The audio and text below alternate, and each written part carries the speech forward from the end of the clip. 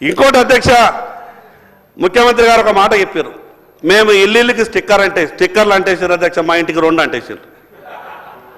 నేను చూసిన మా నీళ్ళు ఒకటే కాదురా బాబు 2 స్టిక్కర్లు ఎట్లయినాయంటే ఏమో సార్ అని అన్నారు. నేను అనుకున్నా మరి ఎక్కువ ఈయన చూపుతారేమో బీసీ జనాభా, నా ఇంటికే 2 చిట్టీలు అంటేసిందంటే మరి సంఖ్య మన పెరుగుతుందేమో అనుకున్నాం. కానీ ప్రభుత్వం పెట్టేటువంటి ఈ నివేదిక చూస్తే ఏమైంది అధ్యక్ష, మా సంఖ్య అంతా తగ్గిపోయింది. అధ్యక్ష, నాకు ఒకటి అర్థమైతలేదు, అగ్రవర్ణాలది దాంట్లో కూడా చాలా పేదలు ఉన్నారు అధ్యక్ష, వాళ్ళని ఆదుకోవాలా, చాలా పేదలు ఉన్నారు, వాళ్ళని దాంట్లో ఆదుకోవాలా. ప్రభాకర్ మీరు మాట్లాడండి. నేను ముందే అధ్యక్ష నేను సభ్యులందరూ కోరుతా ఉన్నా అంటే 1931లో ఒక్కసారి కులకు సంబంధించిన ఒక సమాచారం సేకరణ, అది మన స్వతంత్రం రాకముందు దేశంలో మొట్టమొదటి రాష్ట్రం. ఇవల్ల ఒక కులానికి సంబంధించిన అన్ని రాష్ట్రంలో ఎవరెంత ఉన్నారు ఏంది అనే సమాచారాన్ని సేకరించినాం. దీనికి సంబంధించి నేను ముందు నుంచి కూడా సభలో కోరుతా ఉన్నా, ఏదైనా రోడ్ మ్యాప్ ఇవ్వడానికి మీరేం సజెషన్ చేస్తారో మీ పార్టీ తరఫున ఇవ్వండి. కానీ జనరల్ మొత్తం ప్రాసెస్ని క్రిటిసైజ్ చేసినట్టుగా ఇంటికి 2 స్టిక్కర్లు వేసి ఉంటే ఒకవేళ అటువంటిది నిజమైతే డెఫినెట్లీ ఆ ఆఫీసర్ మీద యాక్షన్ తీసుకుంటాం. కానీ మేము ఎక్కడ కూడా అటువంటిది జరిగింది అనేటువంటి ప్రశ్న కొంతమంది పెద్దలు శ్రీనివాస గారు చెప్పినట్టుగా మా ముఖ్యమంత్రి గారు ప్రకటనలు చెప్పారు, జిహెచ్ఎంసీకి కొంత సంబంధించి ఏం చెప్పంటావు అధ్యక్ష, కొంతమందికి ప్రభుత్వ ఉద్యోగులు అయితే కుక్కలు వదిలిపెట్టిన వాళ్ళు కూడా ఉన్నారు. కొంత నష్టం, రకరకాల వ్యక్తులు రకరకాల స్వచ్ఛంద సమాచారం ఇచ్చినటువంటి వాళ్ళని సేకరించడం.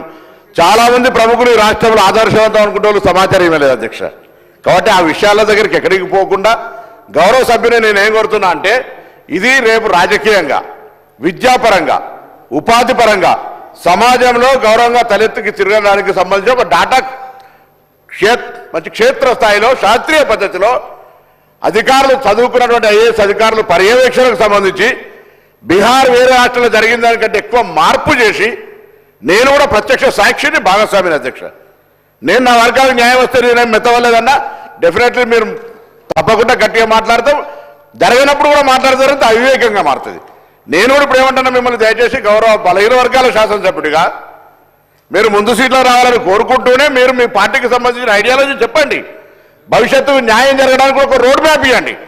ఇప్పుడున్న దాంట్లో పొరపాటు జరిగితే సరి చేయడానికి పెద్దలు గౌరవనీయులు మాజీ మంత్రి శ్రీనివాస యాదవ్ గారు అనుభవపూర్వకంగా ఇది ఇట్లా చేస్తే బాగుండేది ఒక సజెషన్ చేసినాడు. గవర్నమెంట్ దాన్ని ఏం చర్చ చేస్తుందో చేస్తుంది. కాబట్టి దయచేసి మీరు మనం ఎలక్షన్ కమిషన్ అని చెప్పింది, ఇంకా ఇప్పుడు వచ్చిన సమాచారానికి సంబంధించి మీరు ఎప్పుడైనా ఎక్కడైనా ఎట్లా దానికి చర్చ చేయమని చేద్దాం. కానీ దయచేసి దీనికి సంబంధించిన ఈ సమాచార సేకరణను ప్రశంసించకపోతే కనీసం సలహా సూచన చెప్తూ భవిష్యత్తు రోడ్డు మ్యాప్కు కొంత బలహీన వర్గాల గౌరవం పెరగడానికి మంచి మార్గము అన్వేషణ చేయమని చెప్పి కోరుతాను. ఇది అందరి విద్యా, ఉపాధి, సామాజిక, రాజకీయ, ఆర్థిక అనేక రకాల మార్పుకు ఒక తొలిమెట్టు. ఇవాళ నుంచి ప్రారంభమయ్యే ఈ మజిలీ, ఈ యొక్క యాత్ర భవిష్యత్తులో చివరి బీసీ దాకా చేరడానికి మనమందరం ప్రజాప్రతినిధులుగా ఆ కార్యాచరణ తీసుకొని ఏ పార్టీలో ఉన్నా దానికి ఉపయోగపడే విధంగా మన యొక్క సలహా సూచన ఉండాలని ఆకాంక్షిస్తున్నారు అధ్యక్ష.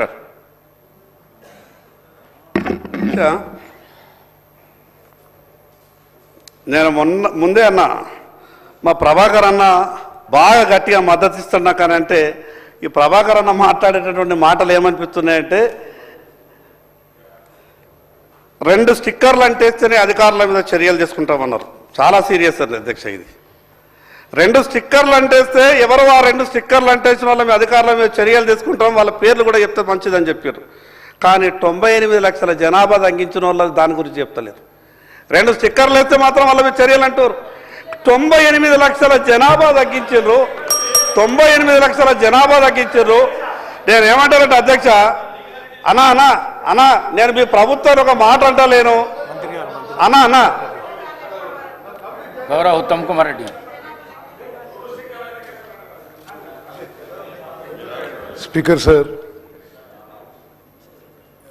ప్రతిపక్ష సభ్యులు వారి ఎటువంటి సూచనలు ఇచ్చినా, ఏ విమర్శలు చేసినా సద్విమర్శలు కూడా మేము యాక్సెప్ట్ చేస్తాం. కానీ శాసనసభలో జరిగే ఇంత సీక్రెట్ డిబేట్ ద్వారా మీరు ప్రజల్లో అనుమానాలు, అపోహలు స్ప్రెడ్ చేసే విధంగా ఉండి మాత్రం అది తీవ్రంగా ఖండిస్తున్నాం. ఒకటి, మీ ద్వారా ఈ సభ సభ్యులందరికీ, ఈ రాష్ట్ర ప్రజలందరికీ కూడా చాలా స్పష్టంగా తెలియజేస్తున్నాము. 10 ఏళ్ల పాటు వాళ్ళున్నారు, ఢిల్లీలో మీరు 10 ఏళ్ల పాటు ఉన్నారు. మీరు ఎక్కడన్నా బీసీ కులగణన మొదలుపెట్టినండి? మీరు ఏ బీజేపీ రాష్ట్రం మొదలుపెట్టినా? మీరు నరేంద్ర మోదీ గారు మొదలుపెట్టినా? మొదలుపెట్టలేదు. స్పీకర్ సార్, ఇదొక చారిత్రాత్మక మార్పు. భారతదేశం యొక్క చరిత్రలో సామాజిక న్యాయం కోసం ఇది కాంగ్రెస్ పార్టీ రాహుల్ గాంధీ గారి ఇనిషియేటివ్తో మొదలుపెట్టిన విషయం దయచేసి మీరు గుర్తుపెట్టుకోవాలి. మొత్తం ఎక్సైజ్ గురించి ముఖ్యమంత్రి గారు వివరంగా చెప్పారు. నేను నా సుదీర్ఘ కాలంలో శాసనసభలో పార్లమెంట్లో అనుభవంతో ఇంత భారీ స్థాయి ఎక్సర్సైజ్ ఇంత మెటికులస్గా ఇంత సిస్టమేటిక్గా జరగలేదని చెప్పి నేను మనం చేస్తున్నాను. వారు ఎక్స్ప్లెయిన్ చేసినట్టుగా రాష్ట్రంలో ప్రతి 150 ఇండ్లు మార్కౌట్ చేసి ఒక టీచర్నో, ఒక అంగన్వాడీ కేంద్రం ఎంప్లాయీనో, ఒక అగ్రికల్చర్ ఆఫీసర్నో కేవలం 150 ఇండ్ల వరకే ఎన్యూమినేటర్గా పెట్టి ప్రతి 10 మంది ఎన్యూమినేటర్లకి ఒక సూపర్వైజర్ పెట్టి రాష్ట్రంలో 1,03,000 మంది గవర్నమెంట్ ఎంప్లాయీస్ని 3 నెలల పాటు కేవలం ట్రైనింగ్ తర్వాత ఈ కార్యక్రమం పెట్టినాము. మా ప్రభుత్వం యొక్క చిత్తశుద్ధిని మీరు శంకించొద్దు. మేము బీసీల విషయంలో, ఎస్సీ ఎస్టీల విషయంలో దయచేసి మీరు గమనించాలి. Congress party stands for social justice. Rahul Gandhi గారు పార్లమెంట్లో బయట మాట్లాడినట్టుగా మేము సామాజిక న్యాయానికి కట్టుబడిన విషయం మనం చేస్తున్నాం. స్పీకర్ సార్, ఒకటి ఆ ప్రక్రియ విషయంలో మీకు ప్రతిపక్ష సభ్యులందరికీ కావాలంటే మరోసారి what is the exercise which went in to this whole exercise, this whole effort మేము సపరేట్గా కూడా ప్రజెంటేషన్ ఇస్తాం. మేము చేసిన ప్రక్రియలో ఏమైనా పొరపాట్లు చెబితే we are willing to correct ourselves. Speaker sir, సభ్యులందరికీ రాష్ట్ర ప్రజలు నేను తెలియజేస్తున్నా, తెలంగాణ రాష్ట్రంలో 1 ఇయర్లో జరిగిన ఎక్సైజ్ బహుశా భారతదేశంలో ఏ రాష్ట్రంలో జరగలేదు.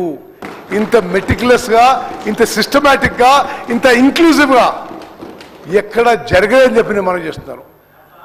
అదేవిధంగా శంకర్ గారు, తలసాని శ్రీనివాస్ యాదవ్ గారు, శంకర్ గారు, మీరు చేస్తున్న సూచనలు కానీ సద్విమర్శలు కానీ వి యాక్సెప్ట్. బట్ ప్రజల్లో అపోహలు, అనుమానాలు వద్దు.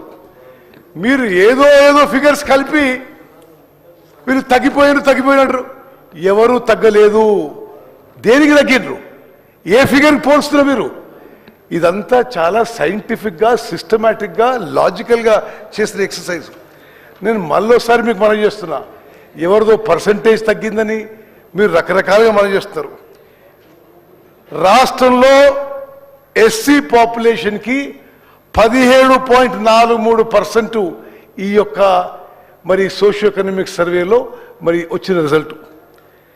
ST population 10.45%, BC population 56.33%, ఓసీలు 15.79%. మరి అదేవిధంగా మేము చేసిన ఈ సోషియో ఎకనామిక్ సర్వే ప్రకారం మరి మైనారిటీ పాపులేషన్ సుమారు 13%.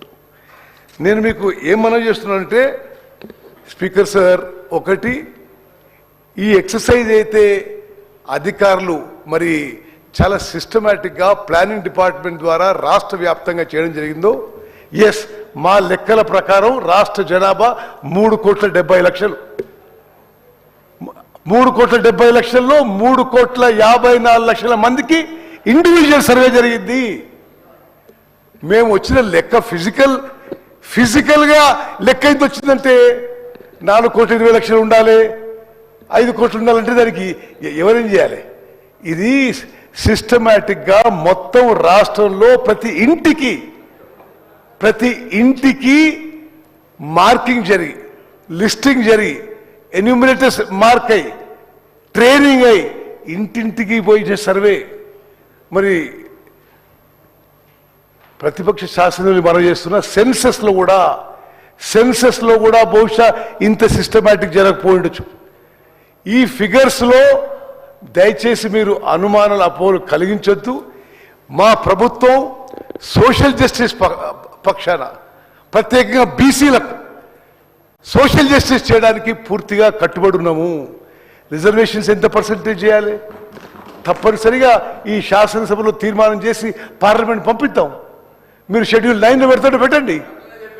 మరి దయచేసి మా ప్రభుత్వం తరఫున కాంగ్రెస్ పార్టీ పక్షాన మేము సిన్సియర్ ఉన్నాము, కమిటెడ్ ఉన్నాము. దయచేసి మీరు మా కమిట్మెంట్ మా సిన్సియరిటీ డౌట్ చేయవద్దు, ప్రజల్లో అనుమానాలు పెట్టొద్దని చెప్పి నేను మనం చేస్తున్నా. స్పీకర్ సార్, నేను మళ్ళా ఇంటర్వ్యూని అయితే అవసరం ఉంటే కానీ this is a massive meticulous systematic exercise. స్వతంత్ర భారతదేశంలో ఏ రాష్ట్రంలో బీజేపీ పాలించిన ఏ రాష్ట్రంలో చేయలే. శంకర్ గారు, మీరు నరేంద్ర మోదీకి సలహా ఇవ్వచ్చు కదా, మొత్తం భారతదేశంలో చేయొచ్చని. మరి చేస్తలేరు వాళ్ళు. మరి 10 ఏళ్ల పాటు వాళ్ళు పరిపాలించారు, వాళ్ళు చేసినరా? వాళ్ళు చేయలేదు. మేము ఒక స్పీకర్ సార్ మా ప్రియతమ నాయకుడు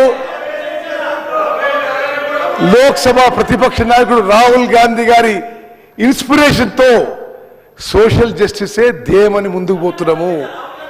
చాలా మెటిక్యులస్ గా ఈ మొత్తం ఎక్సైజ్ చేయడం జరుగుతుంది.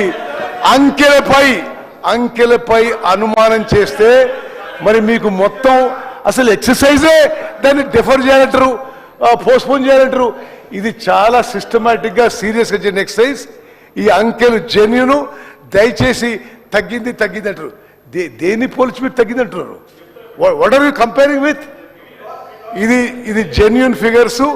అద్భుతంగా చేసిన ఈ సోషియో ఎకనామిక్ సర్వేకి తెలంగాణ రాష్ట్ర ప్రధాన కార్యదర్శి గారికి, ప్లానింగ్ డిపార్ట్మెంట్ కి మనస్ఫూర్తిగా అభినందనలు తెలియజేస్తున్నాను. శంకర్ గారు కన్క్లూడ్ చేయండి.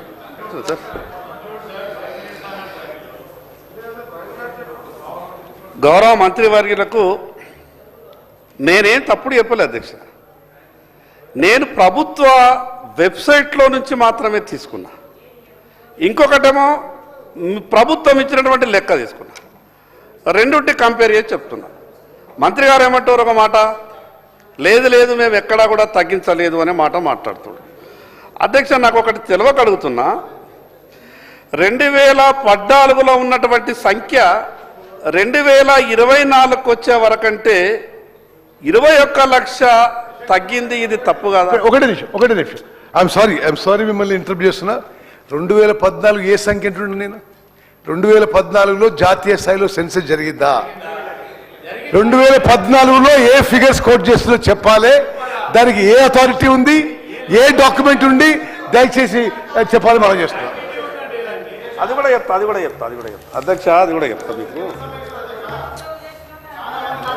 అధ్యక్ష, తెలంగాణ రాష్ట్రం వచ్చిన తర్వాత ప్రభుత్వం ఏ పార్టీది ఉన్నదనేది పక్కకు పెడదాం. ఆ రోజు ప్రభుత్వం చేసినటువంటి డాక్యుమెంట్ వెబ్సైట్లో ఉన్నది. ఇది నాకు వ్యక్తిగతంగా ఇవ్వలే, వెబ్సైట్లో ఉన్నది. ప్రభుత్వ అధికారిక వెబ్సైట్లో ఉన్నది. నేనేమంటున్నానంటే ఇది ప్రభుత్వ అధికారిక వెబ్సైట్లో ఉంది. ఆ రోజు ప్రభుత్వం ఏది ఉన్నా అనేది కాదు, ప్రభుత్వమే కదా, ఆ రోజు ఉన్నటువంటి ప్రభుత్వమే కదా చెప్పింది. ఈ రోజు ప్రభుత్వమే, ఆ రోజు ప్రభుత్వమే. సార్ నేను దయచేసి ఆయన దగ్గర ఉన్న రికార్డు ఏ ఆధారంగా చెప్తా ఉన్నారు, ఎక్కడి నుంచి వచ్చింది రికార్డు? గత ప్రభుత్వం ఆ రోజు whether they have made A public document చేసిండ్రు అధ్యక్ష, శాసనసభలో పెట్టిండ్రు అధ్యక్ష. ఈరోజు శాసనసభలో పెట్టిండ్రా, దానిపైన చర్చ చేసిండ్రా, దానికి లీగాలిటీ ఏంది, దానికి శాంక్టిటీ ఏంది? దానికి శాంక్టిటీ లేదు, లీగాలిటీ లేదు. డాక్యుమెంట్ పట్టుకొని ప్రజలను పక్కదారి పట్టించే ప్రయత్నం చేయకండి. మీరు బయట రెండు పక్షాలు ఒకటి కావచ్చు, లోపల కూడా అదే విధంగా ప్రస్తావన చేస్తే ఎట్లా అధ్యక్ష? శంకర్ గారు ఇప్పుడు శంకర్ గారు ప్లీజ్ అయిపోయింది 10 నిమిషాలు. ప్లీజ్. ఇప్పుడు ఎల్ఏ మంత్రి గారికి నేను చెప్పేంత గొప్పవాడిని కాను, కానీ వెబ్సైట్ ఇది గవర్నమెంట్ వెబ్సైట్, ఇది నాది కాదు, గవర్నమెంట్ వెబ్సైట్. గవర్నమెంట్ ఇచ్చినటువంటి ఆ వెబ్సైట్లో నుంచి తీసుకున్నటువంటి లెక్కనే నేనేమంటున్నానంటే, ఉత్తమ్ కుమార్ రెడ్డి గారు మాట్లాడుతూ ఏమన్నారంటే, మీరు అనవసరమైనటువంటి అనుమానాల్ని ప్రజలకు తలెత్తే విధంగా మాట్లాడుతున్నారు అని అంటే బాధ అనిపించి చెప్తున్నా అధ్యక్ష. బీసీలు 2014లో ఒక లెక్క ఉంటే 2024లో ఒక నిమిషం స్పీకర్ సార్, 2014 ఏ అంకెలు ఇవి? మేమేనా చూడలేదు ఇవి. మీరు ఎక్కడి నుంచో ఫిగర్ చెప్తే ఎట్లా? 2014లో నో ఫిగర్స్. మీరు 2011లో జాతీయ సెన్సెస్ కోట్ చేయండి, 2017 కోట్ చేయండి. మీరు 2014లో ఏ ఫిగర్స్ గురించి మాట్లాడుతున్నారు? మీరు లేని ఫిగర్స్ చూపెట్టి ప్రజల్లో అనుమానాలు సృష్టించొద్దని చెప్పి విజ్ఞప్తి చేస్తున్నా.